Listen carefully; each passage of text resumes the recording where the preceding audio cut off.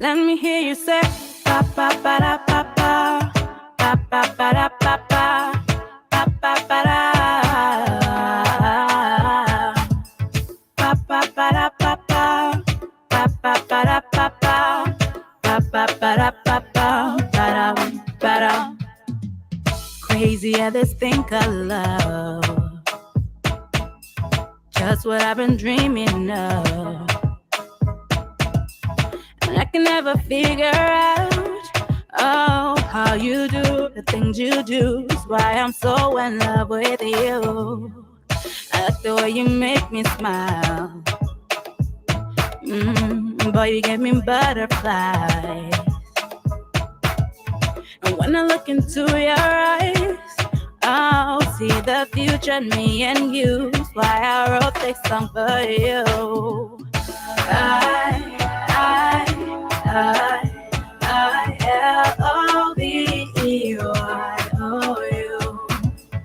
I-L-O-V-E-Y-O-U.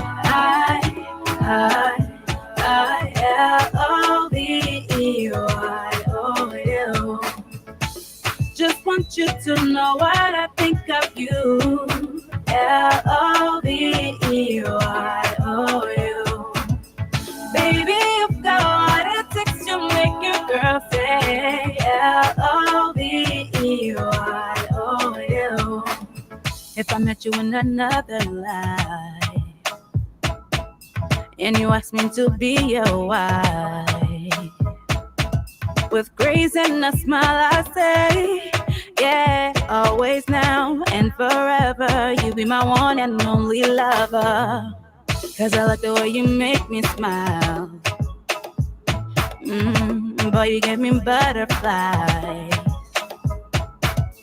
And when I look into your eyes, I'll see the future in me and you. That's why I wrote this song for you.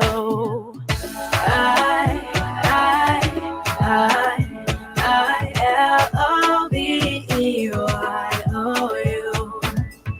I-L-O-V-E-Y-O-U.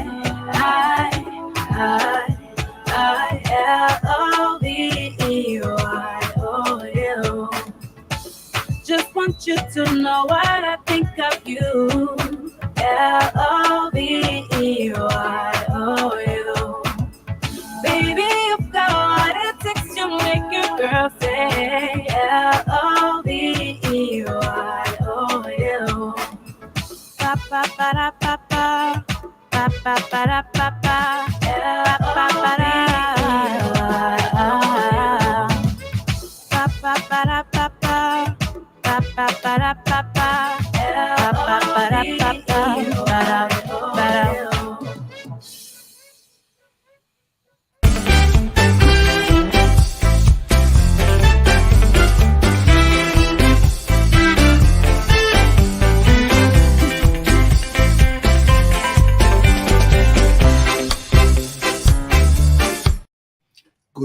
Good morning. Welcome to Attorney Commander J.R. Glapohkpa Chesson talk show. Has the month ended already? 30 days had September, April, June, and November. No. So we still got one more day to wake up in May. So what has been happening around the world where it concerns Liberian people? Yesterday we had our conversation with Mr. Siki at the Buduburam refugee camp. We heard his issues that represent the issues of all the people in the camp, how they are being mistreated, how the goods allocated for them have been sold on the Ghanaian market by those that are supposed to be taking care of them. And to show how serious Mr. Siki was, after our conversation, he went and met with the elders and people in the Buduburam refugee camp, and he sent me this message. He talked with them and told them what we said yesterday about how they need to come together and form an organization to really identify themselves or who rather want to go home, who rather want to stay in America, and they make efforts towards what they want to do. Because if you want to go home and you want repatriation, you got to start meeting regularly. You got to start finding ways that you can impact those people that have concerns for you, that have the money and the interest and the power to help repatriate you back home. You can't just sit there and say, oh, we wait for the people to come there and do it for us, we wait for them. No. You got to take the shit self-initiative to start organizing yourself. Because the better organized you are, if the camp people cannot speak for you, if the camp officials cannot speak for you, you, the elders, are better organized. You show you have interest in returning home. You have your numbers correct. You have all the people listed who want to go home. When they say how many people want to go home, you don't have to guess. Oh, you not say, just say 9, we'll get up and go home. You say everybody will get. No. We don't want that. If you want to go home, start taking the initiative to have meetings, to organize yourselves, to put down your points of what you need to go home, what you really need in financial terms, in goods. If you can't get money, what can they allocate for you in otherwise, in other terms, in other ways for you to return home? All these things are necessary. You can't wait until the people come and say, who all want to go home before you say, oh, yeah, ask anybody, we're all ready to go home. No, you can't do that. You got to start organizing yourselves. If you say you want to be repatriated, let somebody take the initiative to call all the people together who want to go home. And you'll sit down and start planning on how to go home, who to turn to for help. When you want people to help you, you got to show the people you're taking the initiative to plan, to do things for yourselves. So when the people come and say, how many people want to go home? You not say, just ask anybody. No, you say, we have 500 people here ready to go home. They have packed their things. They have these processes laid out for them to go home. Let me bring Mr. Samuel Wicker on, my correspondent in Liberia. How you doing, Sam? You can hear me? Yeah, good morning, Rod. Yeah, how you doing? No, I'm talking Yeah, about you clear, yeah? Yeah, I'm talking about the Buduburam. Yeah, I'm okay. I'm just saying that if they want to go home, they have to take that initiative to plan for themselves. So they say always be prepared. So if the UN come up and say, okay, we'll send you home, how many people want to go home? You can't say, oh, we're all ready to go home. Just ask. No, you say, we have 20 people ready to go home. We've been having meetings. We have organized ourselves. We got this in preparation set up. All these things got to be laid out. Then the people say, oh, but the people serious about going home. We got to help them. So those are steps you got to take when you want repatriation, when you want people to help. You can't wait until the people come to help you before you say, oh, we all here. Then the people say, okay, how many are here? Oh, just ask anybody. No. It can't work like that. Then you're not prepared. No. But if you own a camp and you are organized, like you say, you got elders and all these people that want to go home, take the initiative to bring them together so you can lay out the foundation of all the things you need. If you need money, the people ask you, how much you need? You say, you need money, how much you need? You got to have some idea to give them for repatriation. You got to lay out the foundation for housing, for jobs. All these things, you all got to think about it. You can't wait for the people to think about it because the people are not thinking like you. Right. The people, they're thinking about exporting all of your home. Excuse me, is a heavy storm coming? Or you might like to lose me. The network dropping, heavy storm. Well, it's not dropping yet, so just hang in there. then the thing goes. If they drop, it drop. But the point is that all these people got to understand. So when we talked with Mr. Siki yesterday, he took the initiative. He didn't waste time. He called his elder together and they talked, and he sent me this message. Right now, they got something in the works. They're looking for something from the UN or some prospect they have, and they don't want to overstep that right now. So Mr. Chesson will understand what he's saying, but we want to ask you to hold on until we have this meeting with the UN people and see where we're going. So let me play the message. He sent me a concise message. Let me find it and play it for the viewers. So how am I going to meet the guy at LCC will be like, it won't be like overlapping because once it start with UN, LCC is involved. Do you think they will have to open up? Because once they're discussing still behind closed door. When you bring it to their attention, he will tell you what they're doing. If they're working with the UN, we just want to form that nexus. They call it connection. Okay? Our job is to tell them what to do. We just want to find out, let them know, hey, these people, what you're doing for them. And let them tell us what they do. The people say, you say you're going to show them the video. In the video, they will hear what Mr. Siki had to say. That since last year, they went there, they promised them they were coming back, they haven't been back. So all these things, we just want to know what the issue is right now with these people on the camp. Don't tell them anything about UN people, about them meeting with the UN people and all of that.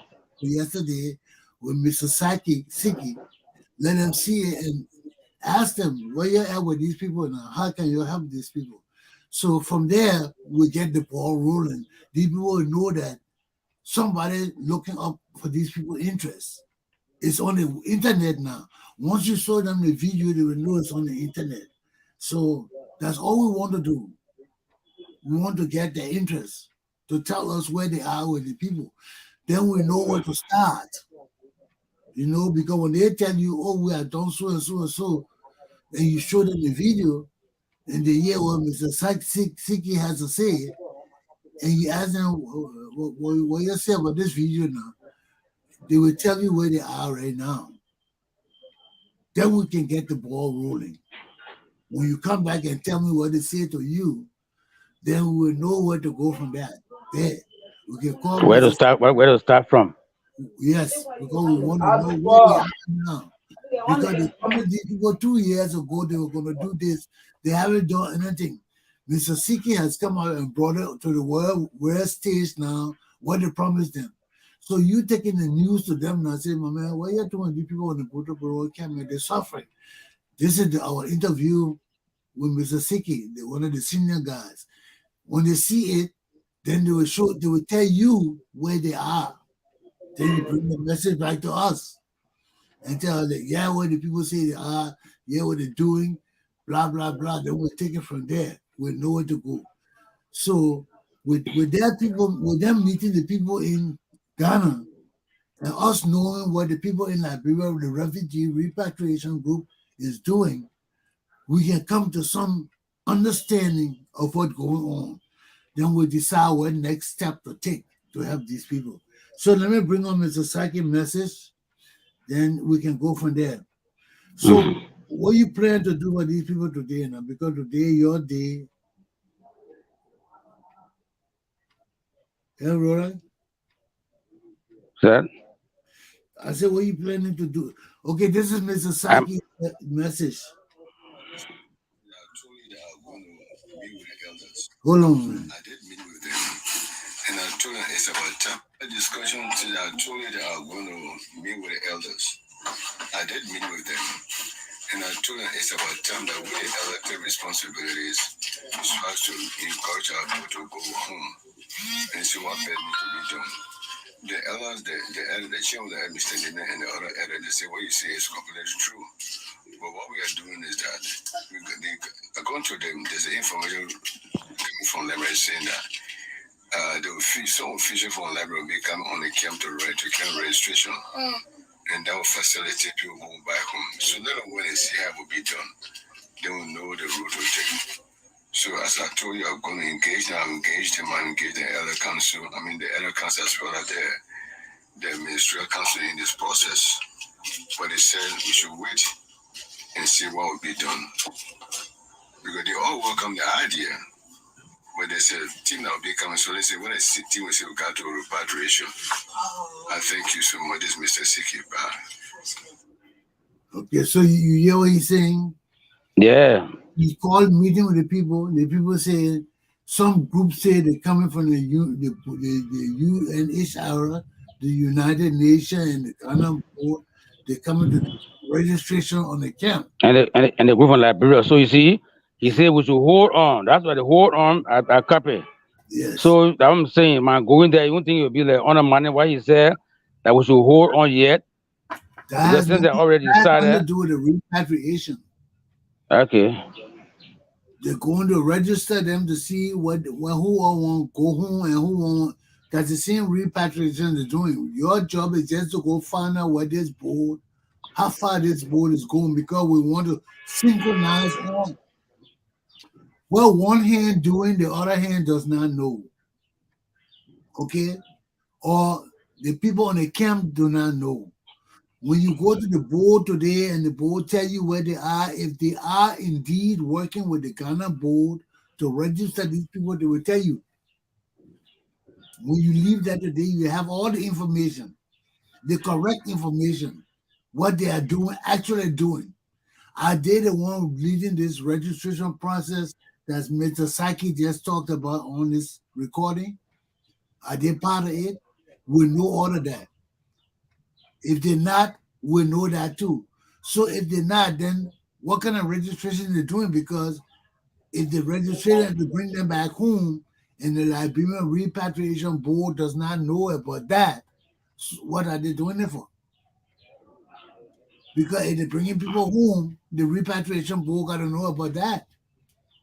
Because that the people going to settle these people in the country. So how they will bring people to the country and the Repatriation Board in Liberia does not know about it. So you go in there today to find out where the Repatriation Board in Liberia stand. Do they know about the registration that's going on in there in Ghana on the camp? If not, then we got to understand where they stand. You see, then we can call Gifty and ask her and give her the information from Liberia. But we got to try to coordinate these people so they can understand what one group in Liberia is doing to help the other group in Ghana. Because they can't repatriate these people in Liberia without the repatriation group in Liberia knowing. If the people in Liberia do not know what these people in Ghana are doing, and they're telling the people in the camp they're registering them to go home, then we got to get this information correct. We got to help them coordinate this information so it can work.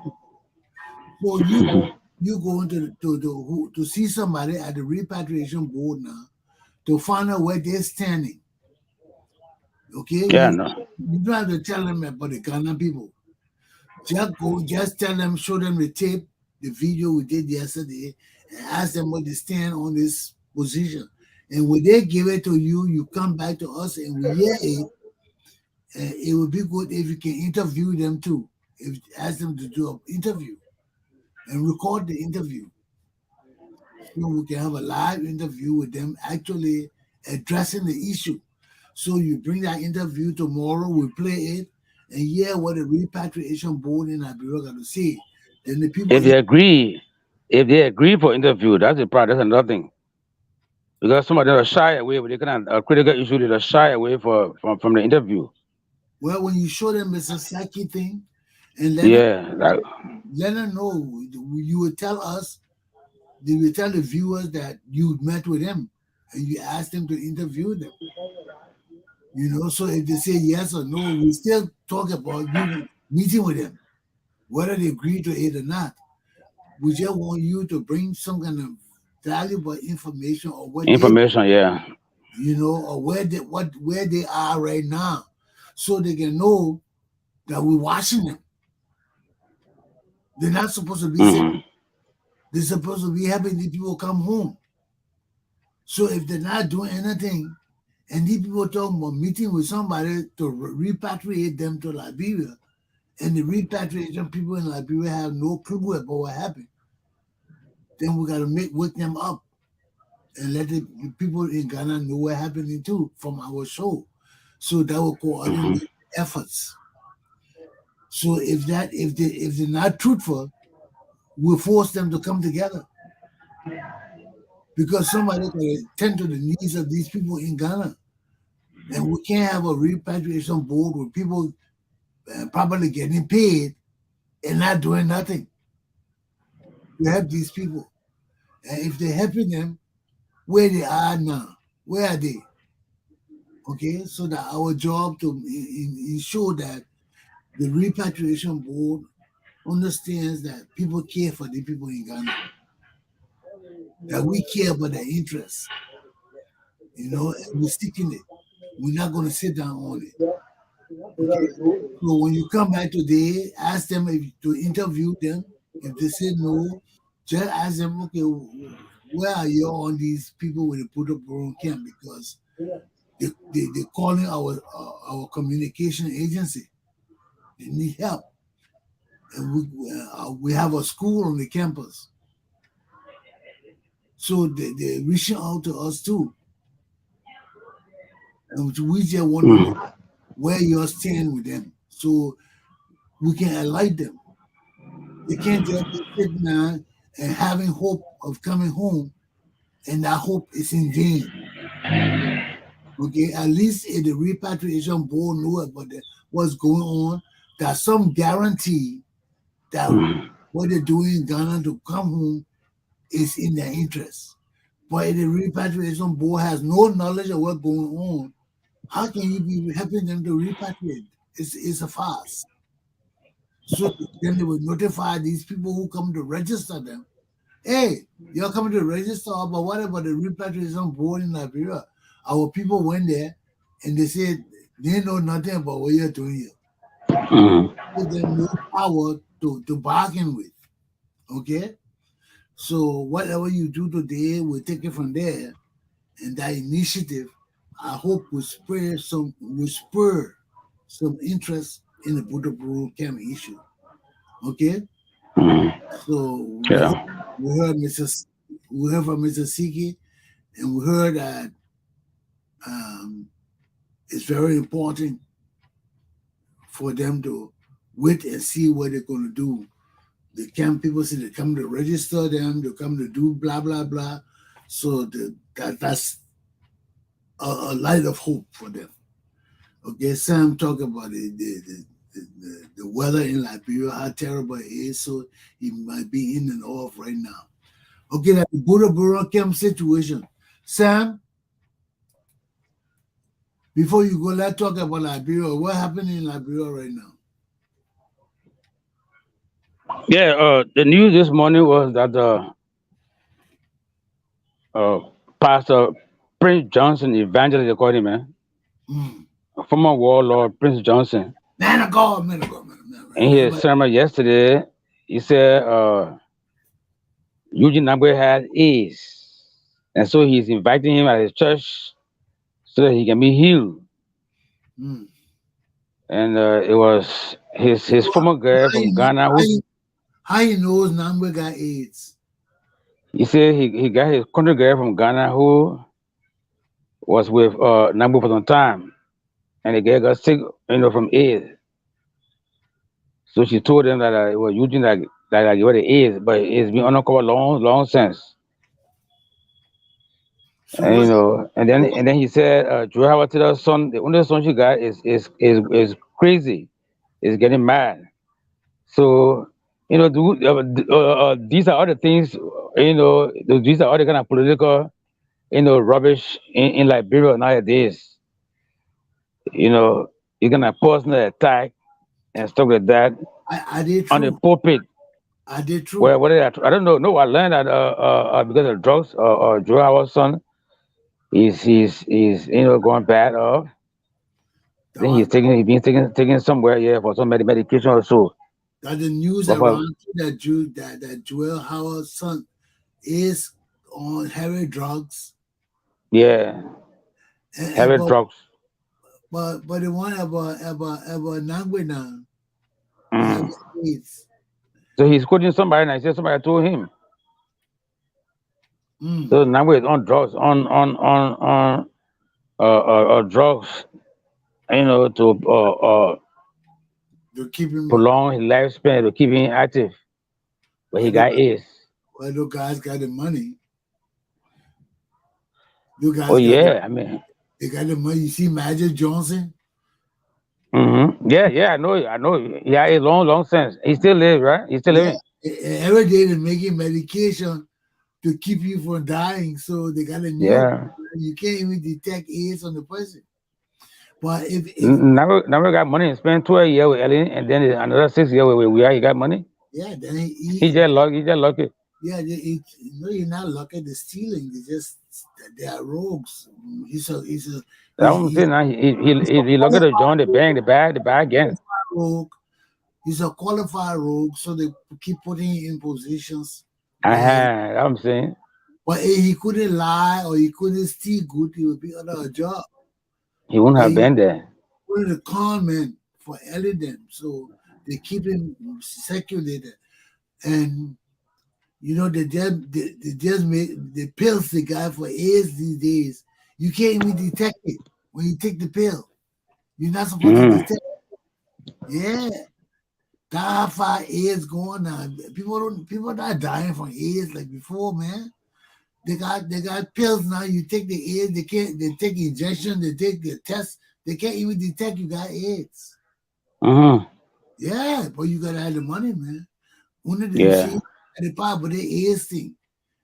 People you reach, you got AIDS, you go sleep with other people. Is there any guarantee that because you are healthy and taking medication to prevent detecting AIDS in your body, is there any guarantee that the other person you sleep with will not get AIDS? Is there any guarantee of that? We don't know that. Mm-hmm. So if you got AIDS and you got money to buy all these pills and things to protect yourself, and you go sleep with poor people in Africa who ain't got no money to protect themselves, you still got AIDS. It may not be detectable in you, but we don't know the extent for us, not in the medical field, we don't know to the extent if you sleep with somebody, will that person still get AIDS? Whether you show it detecting in you or not, whether you healthy or not, looking healthy or not, if you got AIDS with the other person, your partner still be subject to conducting the disease or catching the disease. Those are the questions we gotta ask because people come to America. You live a different life in America, man, Sam. If I was in Liberia, I'd be there a long time. Long time. 2 strokes, I'd be there. Well, I ain't got nothing. I got nothing there. Nothing they got. This country. All 2 health bleeding, facilities are a problem. everything will kill me. 2 strokes, 2 bleeding also. Look at me. Hmm. If I don't tell you I had stroke, you may not even know I had stroke before. Some people get stroke, it deformed their body. But my own for witchcraft. People try to kill me. In the man came in my house, you bring juice. Jesus said no. Jesus said no, man. In that man, juju is not the only juju around, man. I'm a Christian. I don't pray with my God. Don't come in my house and think because you're juju, man, your juju stronger than Jesus Christ. No, it's not. I ain't got no other God, Sam. I ain't got no other God. I pray to Jesus at all. You bring juju in my house? You see how Jesus powerful? I'm a living example, Sam. The people tried to kill me. 2 strokes. The doctor saw my bleeding also, he gave up. The doctor went to my wife and patted her on the back, telling her I had cancer. That's not a magic thing. You don't make those kind of things up.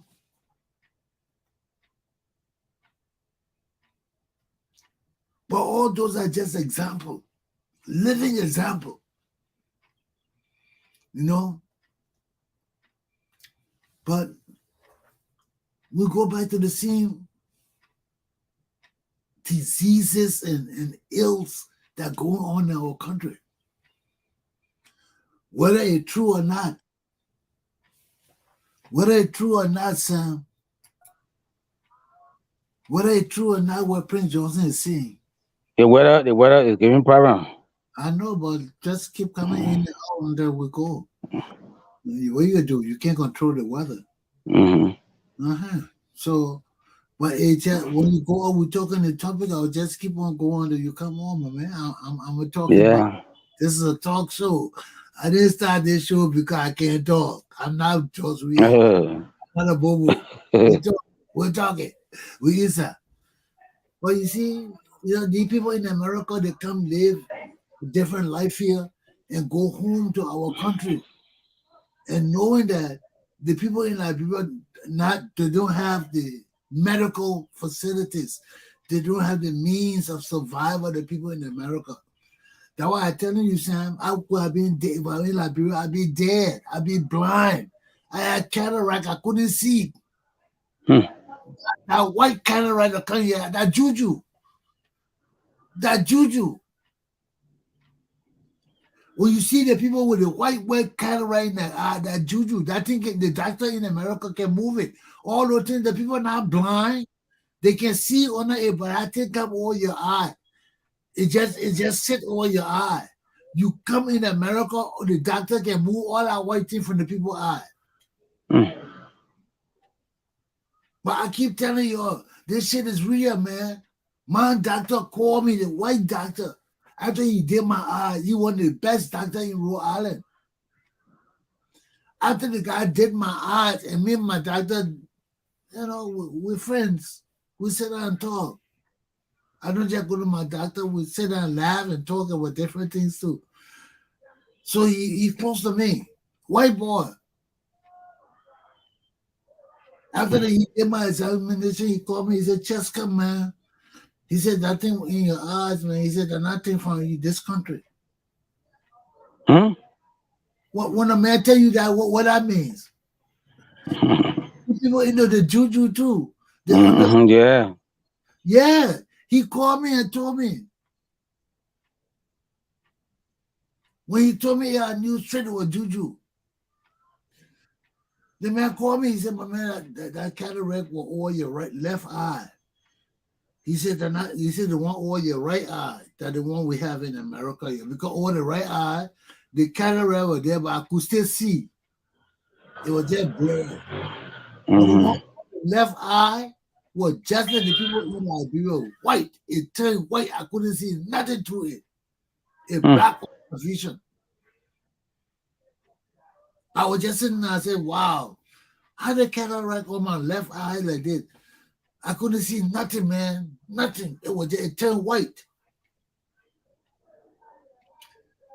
So that juju thing is true.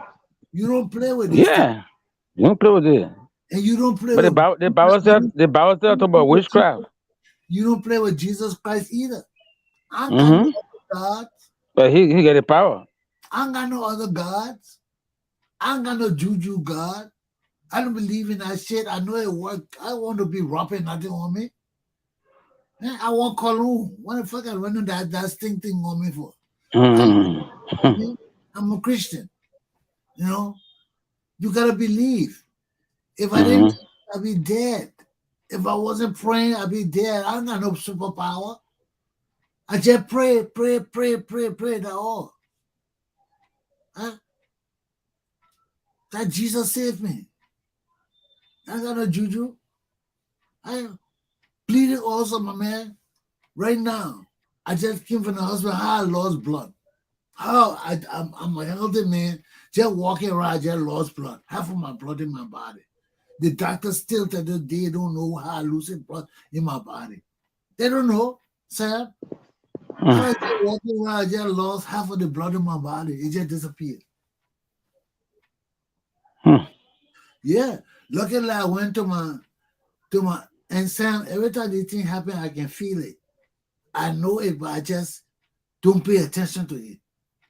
The whole while for the past 3 weeks and thing, I've been feeling something in my ear.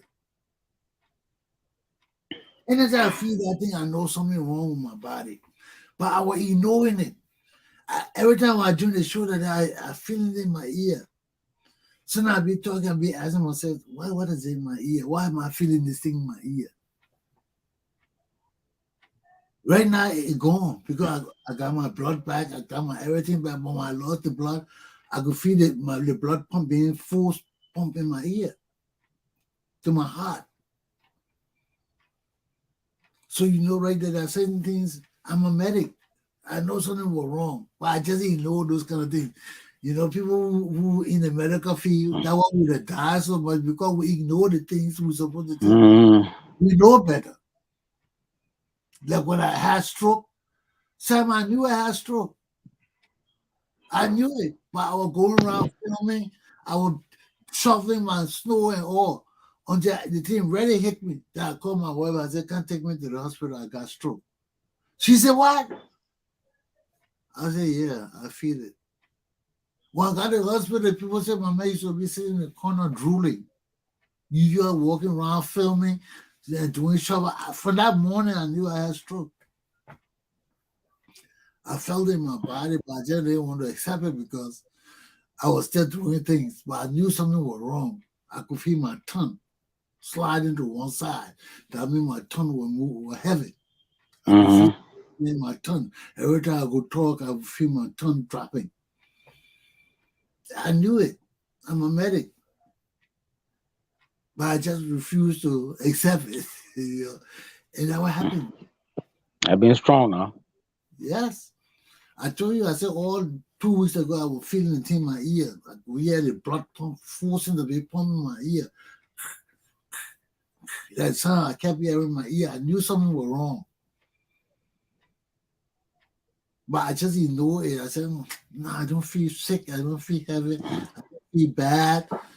Why am I hearing this thing in my ear? Then my doctor called me to get up and go to the emergency room now. Luckily, I had to do my physical. Every year I do my physical.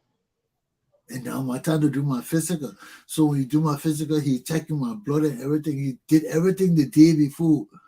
I was to check my blood. The woman wasted time. So I will come tomorrow. I went the next morning. She took the blood. As soon as I sat down to eat something at home, my doctor called. Get up and go to the emergency right now. You got no blood. That's the way I got no blood. I said, I'm sitting here eating. He said, go to the hospital right now. I said, well, give me 2 hours. Let me go pick up my wife. When I got to the hospital, people sitting down there waiting for me. But this is a miracle. If this was Liberia, you'd be dead, man. You'd be dead. They get you to the hospital, didn't got no blood. Just imagine you go to the hospital right now in Liberia. They will tell you they didn't have blood. They will tell you they But didn't have blood. do you know that the day before yesterday, doing this comments naming of a running mate in Buchanan. There was an accident involving Charles Coffey, the former president, Liberal president. I hear you. He's my neighbor. Yeah, man. The ambulance that was around there was no fuel to take this guy to the hospital. What they used to have an ambulance. So they put you on the back. The guy that got wounded now from the car, they put in the back, and where another truck can clear him. Ambulance get no fuel. Another truck can carry him. Clear him. Hit them. You kidding me? Why you were on the back? Yeah. Yeah. Why they were taking him to the hospital? Double trouble. And what happened So to Charles what happened to him Coffee now? leg Coffee leg is broken. The guy they were taking to the hospital, he's dead. Yeah. Now as they do the road, the Ravi Highway, look at messy road. The road is just a big mess. That's a political road. George Weah and Nathaniel McGill. That's their contractor. That's their company. The East International. I road the road. I mean, the other guy, another journey went in the dish. In the dish, in our dish. But after they go to this, you can't see is it bad? It's But the down. road is bad. Road so narrow. But people got to run Apparently, apparently, assisted in speed. the room narrow Yeah, in the day. Like, how you running the dish? That means somebody running like crazy, or the people just ain't maybe. got no laws, ain't got no rules. That's not the problem. The Actually, government, man. the citizen not disciplined. They ain't got they can't follow no rules. Everybody just doing what they want to do. How people be What they running want to do? in broad daylight? You see the No road system back. working. Why you can't slow down? They You got no see highway police. why police they see the road bad, they will just come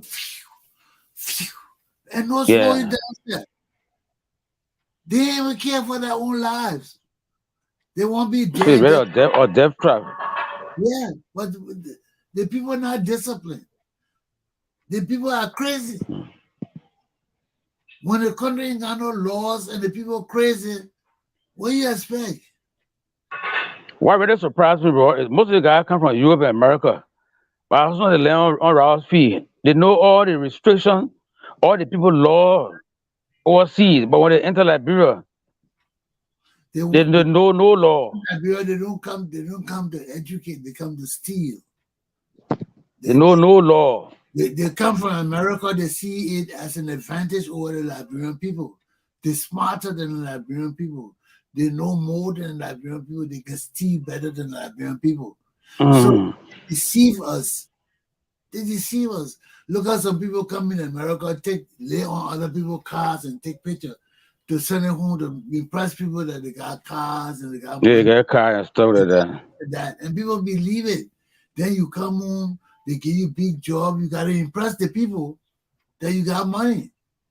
How you impress them? You don't got no money, you start stealing. You start being corrupt. Every little thing you deceive, you steal money. You know, and you don't only steal from government, you steal from anybody. You lie. Once you can steal. Yeah, you lie to anybody because you got to keep up the image. You lie to the people and children you had in America. You know, that's why everybody want to come to America. They think America easy. Sam, America not easy. America not easy. Anything the people paying fast and they will work under you. They will work. They enjoy this country because you got peace and stability. You enjoy it because when you work for your money, you get paid. Even if you keep $5 for yourself, if you got 1 hour to enjoy, you have the $1 to enjoy your 1 hour. That is one thing about this country. You know, you will not enjoy every time. But when it's your time to enjoy and you save that money for that little time, you enjoy. That's your time. You know, but you know, after that enjoyment, you gotta go work like a dog. You gotta work like the enjoyment will always be there. Yeah. Work. You know, you wanted money. The money may be available to you, but you gotta work like a dog for the money, Sam. You know what it is to work double and triple. People make $100,000 a year, man. But you gotta work triple and doubles, and you're not coming home. You're not sleeping. Don't say you're going to people's job and sleep. That ain't happening. You lose your job. Sam, y'all don't know what work is, man. You don't know what work is. Some people just won't come to Liberia just for the peace. Just for the peace. To stop working. In this country, you gotta work like a dog, man. If you enjoy it, You have your little 5 minutes to drink your little beer. You have your 5 minutes to have your good time. You have a 5 minutes to watch your TV. You always have your little break. But to get that break, you gotta work like a dog, man. When they say people say they're working triple and double, that's not something you can just get used to overnight. You coming from Liberia, Sam. You can't do it overnight. You gotta get used to it. Your body gotta get used to it. Because you're not resting.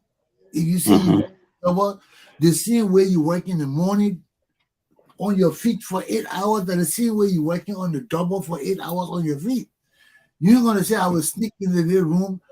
You can do that when you got seniority in the job. Anybody, when you work on a job 10, 20, 15 years, you know the little loopholes. Yeah. But before those years, you will catch shit. You will catch shit.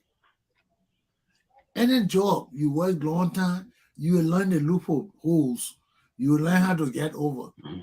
You know, you will learn how to get 1 or 2 hours here to rest or to go do your little private job. You will learn it, but it will take years for you to learn it, for you to get comfortable to do it. You will not do it right away.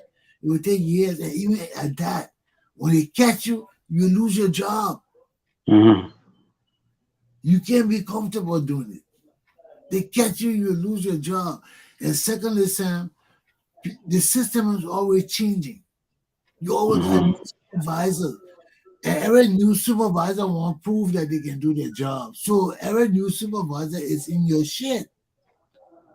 You the owner man, the more they change the supervisor, the more the supervisor in your shit. Because every new supervisor will want to prove to the bosses that he can. You can do the job. And every new supervisor will be watching you like a hawk to make sure you're doing your job. So there's no relaxation. Because as soon as you get used to the bosses, they switch them. It's not only in government, it's everywhere.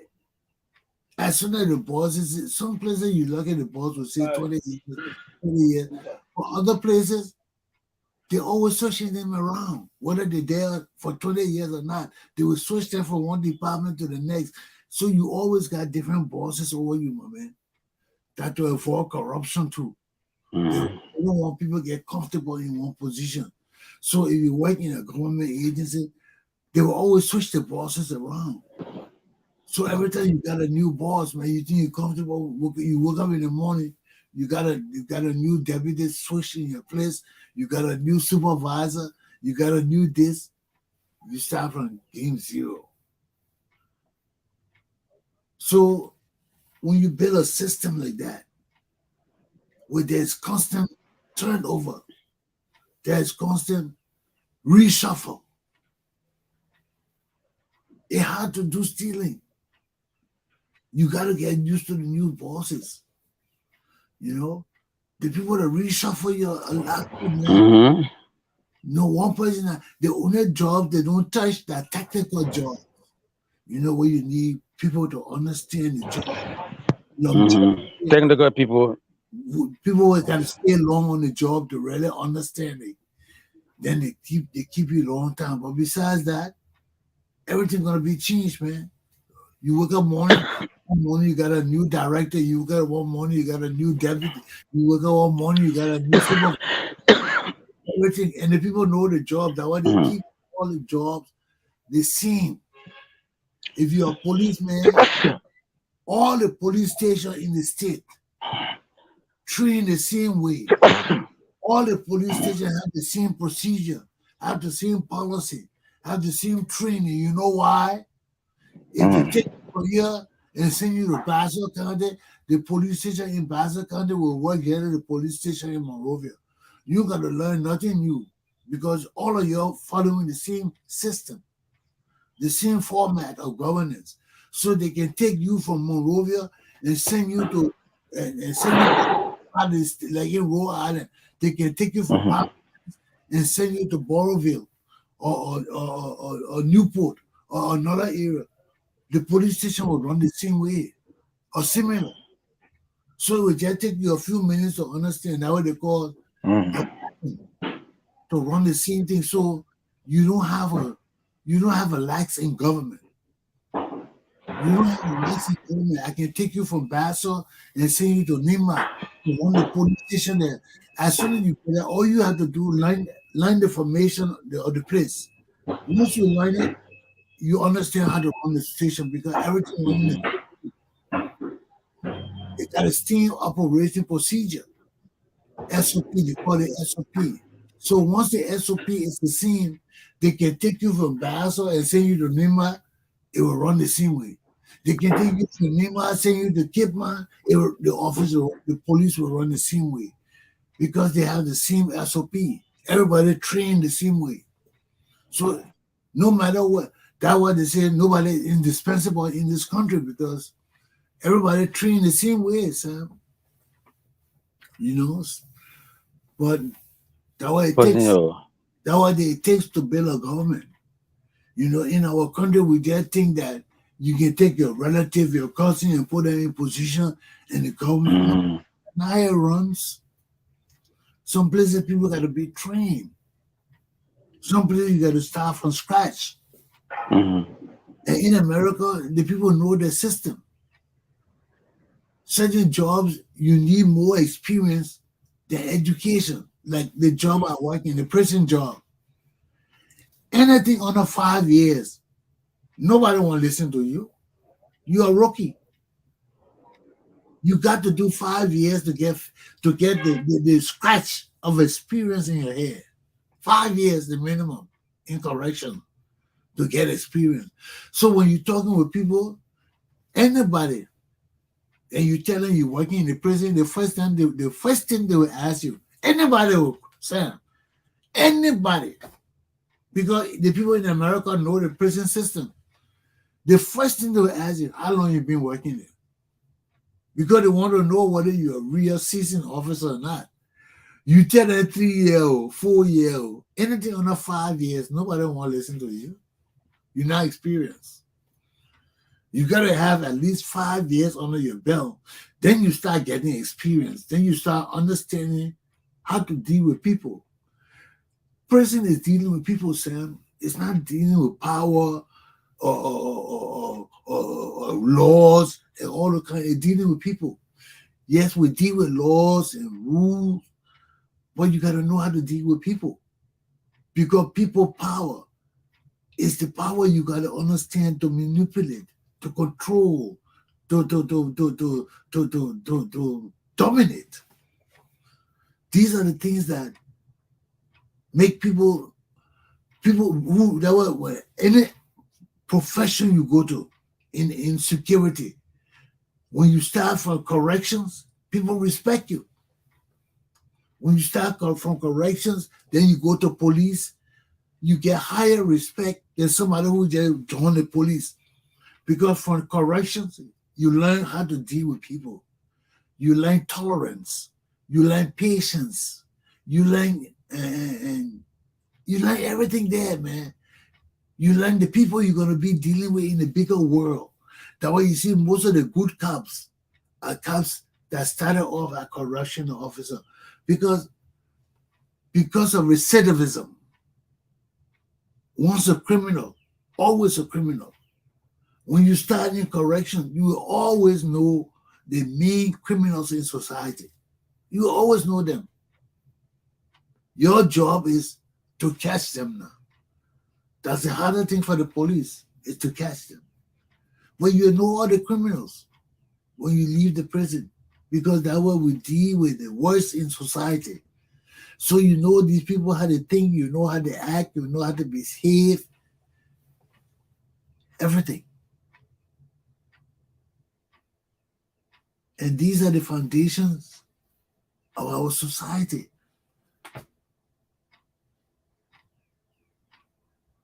Plenty of people like to get over, man. Plenty of people lie. Plenty of people don't like to work. They like to get free things. They like to jip other people. And as long as those people are around,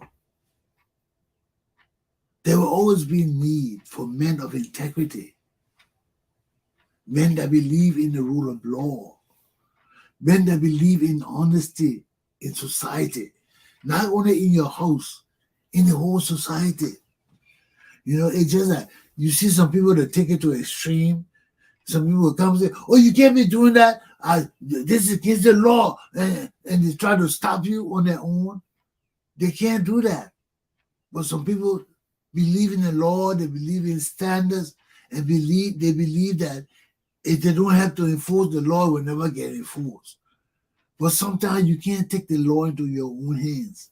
You see people doing things, you don't like it sometimes, leave it alone and call the police. Don't get involved with it. You might get hurt because you're not a law. They're not your business. You know, we all have our boundaries. That people tell you why your right and my right begins. So you got to understand all the things that those are factual statements. You know? And like our poor little country, man. Our poor little country needs help. It needs help. Look at what's going on in our country. Look at all our leaders. Look at the situation in our country. It's not conducive, but that's a topic for another day. My class is over now. We'll talk about this some other time, maybe tomorrow. But Attorney Commander J.R. Glapohkpa Chesson class is done. It's 8 o'clock. And I've got to go. I'll see you tomorrow. Take care. Govern yourselves accordingly. Remember, the struggle continues. If we don't save ourselves, nobody will save our nation. And the time is now. Have a good day.